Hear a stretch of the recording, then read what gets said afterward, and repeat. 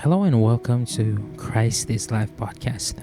And in today's episode, we are going to be talking about and taking a look at a topic that would immensely help us in our daily walk with Christ. And that is on the topic of discontentment.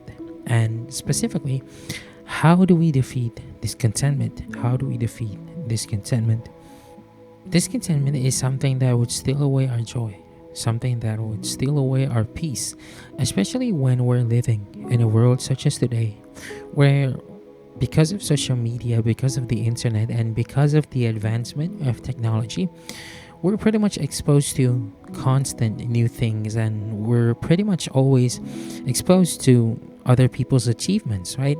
Our closest friends, the people we know, our acquaintances, we get to see what they're doing on social media, and sometimes seeing them maybe more ahead of life than we are in our judgment would steal our joy, would steal our peace, and then we get to see just newer technology that has the latest new features, the shiny bells and whistles, which would cause us to be discontent with what we already have, whatever it is.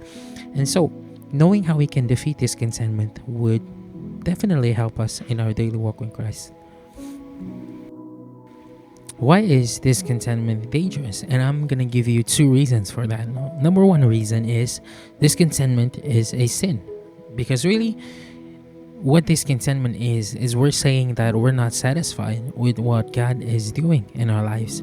And discontentment not only causes you to sin because of unsatisfaction, it also causes unbelief. Really, in the Bible, God has laid out many plans for us. God has laid out many promises that we surely should believe in. But sometimes, because of the situations that we find ourselves in, the things that we see in our daily lives, in our walk with Christ, we would question God's promises. We would question whether or not they were true. Really, there is the essence of discontentment. We're not trusting God with what He's doing in our lives, and really we want something more than the things that He has already given us.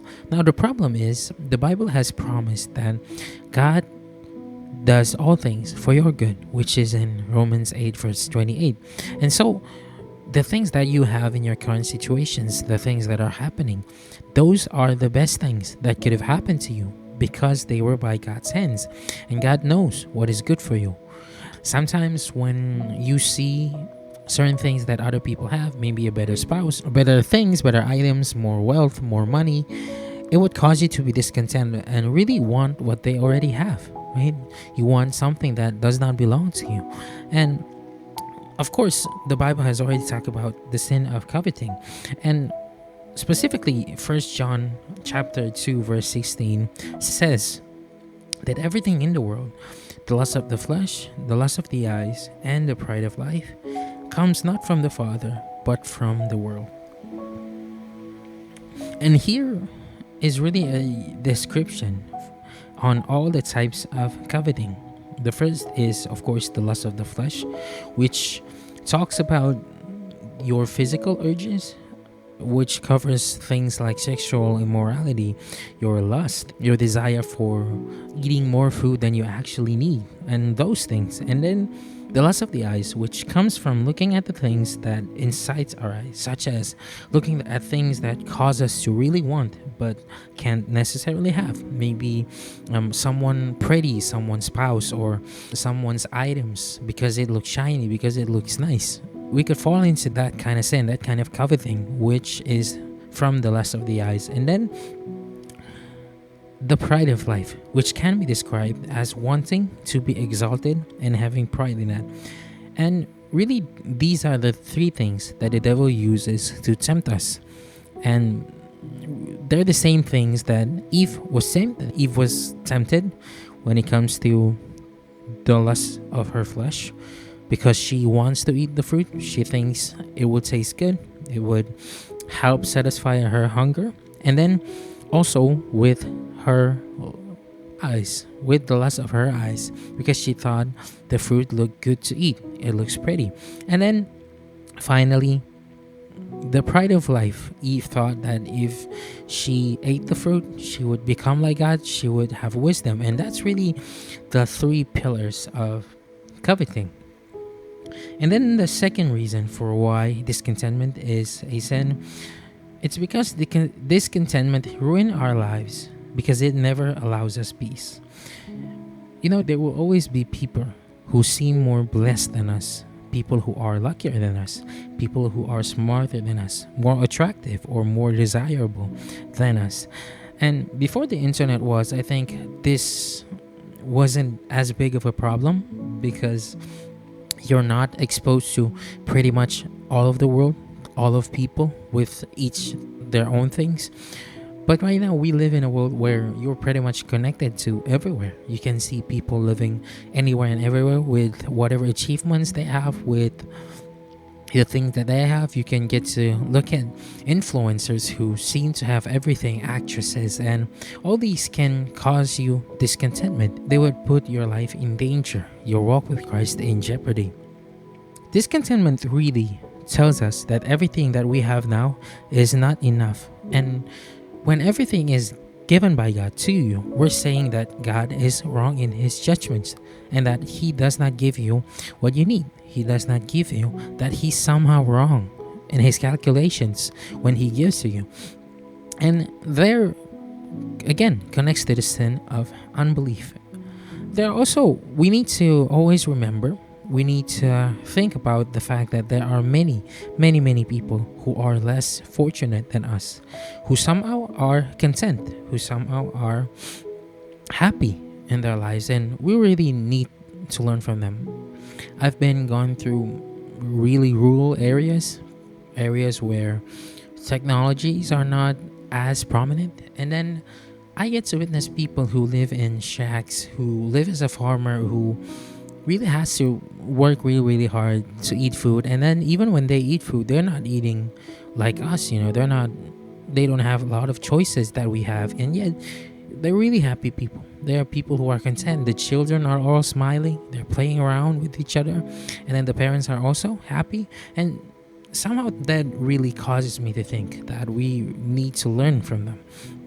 So now that we know the dangers of being discontent, the dangers of discontentment, we need to know how we can defeat it. And the number one way that you can defeat discontentment is to believe in God. Now that might sound simplistic, but really, as I've said before, there are many promises that God has given us in the Bible. For example, one of those promises is the fact that all things work for our good, or that the Father knows us and provides us with everything that we need, which is in Romans 8 and Matthew 6 respectively. And all of these promises are true and are in action because the fact that the book of Numbers 23 verse 19 tells us that God is not human, that he should lie, not a human being, that he should change his mind. Does he speak and then not act? Does he promise and not fulfill? So the promises of God that he had said before is never revoked. It is never somehow not gonna happen, because that would make God a liar, and then that would make God change his mind. That would make him someone who is fickle, who changes his mind, his decisions, because we know that God is not like us. He knows all things. He has all the power in the world in his hands. So the fact that God has promised all these things is the fact that he would fulfill them. And to fight discontentment is to really believe that what God has said, what God had promised, is something that he would do. We need to understand that those promises are not dependent on whether or not we're obedient to God, for example, but those promises are gonna come to pass because God has said that they would come to pass. So in Numbers 23, it said that God promises to fulfill and that he did not change his mind. And really in the New Testament, the book of James, chapter 1, verse 17, reiterates this truth. And James there says that God does not change like shifting shadows, which means that the same God who promised in Numbers is the same God who promised us in James, right? And really, our discontentment does not come from God, but instead it comes from us. So if God promises and always fulfills, then when we are discontent, this is because we're not believing in God. Our peace about our future and the things that we right now have is immeasurably affected by how much we trust in God. Also, when He tells us that He gives us good things and that all things work for good, it really means that if the things that we want for our good, then we would have it already. If the new car that you really wanted because you saw the cool features and you saw someone have it, or because you want certain things that other people have, if they are good for you, then God would have given them to you already. But the fact that you don't have it is telling you that that's not good for you, that God knows it's not good for you, so He didn't give you that. Remember that in the eyes of God, all of us are children, and sometimes I guess we can sort of forget this fact. But when we have babies, we have little siblings, we would know that sometimes they would do stupid things, right? They would try to chew on batteries or small pieces of toy that could get them swallowed and really poison them, or just really cause them great harm. And of course, even if the little child is begging for that, even if they're crying for it, if you're a responsible adult, if you're someone who has wisdom, you surely wouldn't give it to them, would you? So really, sometimes what we're asking of God is something that's like that. We might be asking for a viper, a snake, when we thought that we're asking for bread, but God, who knows all things and sees all things, really sees what we're asking. And so if He knows that it's not for our good, no matter how much you cry, you beg, you scream, you throw a tantrum, as a good father, as someone who knows all things, He wouldn't give it to you. So we need to trust in the fact that God knows all things, God is good, and that if the things that we want for our good, then we would have them already. And then the second way you can fight discontentment is for you to set your mind on things above. And I think one way to do this is to really grasp the reality that our lives are very short. Typical humans only live for around 60 to 70 years, and then maybe 100 years tops. But even then, that's rare. But in eternity, you couldn't even count. We couldn't even grasp how long we would live, right? There's no end to it. For example, even if you've lived 1,000,000 years in eternity, after that, there would still be another million, and then there would be another 2 million, another 3 million, and then so on. So really, the life that we have here, the life that we have for maybe 60 to 70 years to 100 years, they are absolutely nothing when compared to the grand scheme of things, to the absolute length of time that eternity is. James 4 verse 14 had said something about this. The verse says that, "What is your life? You are a mist that appears for a little while and then vanishes." Our lives pass by us without us even noticing. When you get to school, you get to first day of school, and the next thing you know, you're graduating. You enter January, and then the next thing you know, you're in December, looking forward to Christmas, and then looking forward to the next year, right? Everything seems like it happened yesterday, yet they took place much, much older than that. And we need to think, like, do you really need everything that you want? Or is it really your flesh talking, right? If our lives here are really short, then why not invest in our eternal life more? Why are we not focusing on the things above? Especially when, if we're discontent because we're afraid that our lives won't be successful, or that our lives won't have meaning, or our lives, we won't have the things that we need, then we're not trusting God when He says that He will take care of our needs, right? And then Jesus also says, focus on things above, right? Set your minds on things above. You want to gather treasures in heaven, not on earth, where moth rust and thieves break in and steal. So that was the second point. Set your mind on things above. And then we're going to look at the last point, which is change the way you look at things. Change the way you look at things. I think one of the greatest practices you can do to help with this is to practice gratefulness. And by that, I mean to stop counting the things that you don't have and start counting the things that you do have instead. Be grateful for the fact that you have food, you can eat, you can drink, you can rest when you want to rest, you can have a roof over your head, and you have certain opportunities that others might not. You might have a job, you might have the opportunity to have your family close by, to spend time with your parents, right? Not a lot of people have these things. Not everyone can enjoy those things. So we need to be grateful for the things that we have, especially also for the people that we have in our lives, right? I used to also struggle with this thing until I realized these two truths. Number one, not everyone gets to have the things that I do have and the experience that I have, right? Not everyone gets to feel the things that I feel. Not everyone gets to have the things that I have, right? Certainly, there are a lot more people who are less fortunate than me. And then, really, the second point is that there are many things that I used to pray for that I actually now have, right? I used to pray for a guitar, an electric guitar. It was quite expensive, so I didn't really have the means to get it.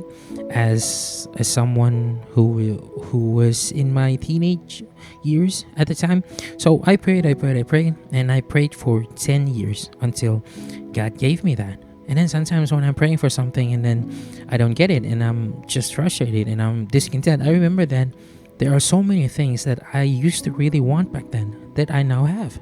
God does answer prayers, and God does give us what we want when it's in alignment with His will, right? And really, the things that I have, I still have my parents around, my siblings around, and I'm eternally grateful for God to do that, because the fact that I could wake up, I could have my parents with me, my mom and dad, and I could get to talk to my siblings. I have friends, I have a vehicle for me to go to the places that I need to go. I can go to college, I can study. They really changed my perspective, right? Because not everyone can wake up and have their parents around. Some are left alone by their parents. Some live away from their parents. Some parents are, with the Lord, right? And some maybe don't have a good relationship with their siblings, with their family. And so not all the people can enjoy the blessings that you might also have, right? And really, wouldn't your conscience be in anguish when you're complaining about, let's say, not having a nicer car, when there's someone at this very moment not being able to breathe without having a tube stuck up his nose, right? When you have the capacity, the ability to breathe all day, to take a look at the beautiful nature that God has created, right? We need to be grateful because God has given us so many blessings that are sometimes underappreciated by us, right? Not everyone can have a computer or a smartphone to listen to this podcast, for example. Not everyone have opportunities to work and study. And I think the greatest thing is the fact that not everyone has the opportunity to know Christ. Not everyone gets chosen by God. Not everyone gets to love God and be loved by God, right? And when this truth grabs a hold of you, you will begin to look at things differently because you realize that you are so much more blessed than you can ever imagine. You'll begin to realize that God has blessed you so much with things that you didn't even give Him credit for.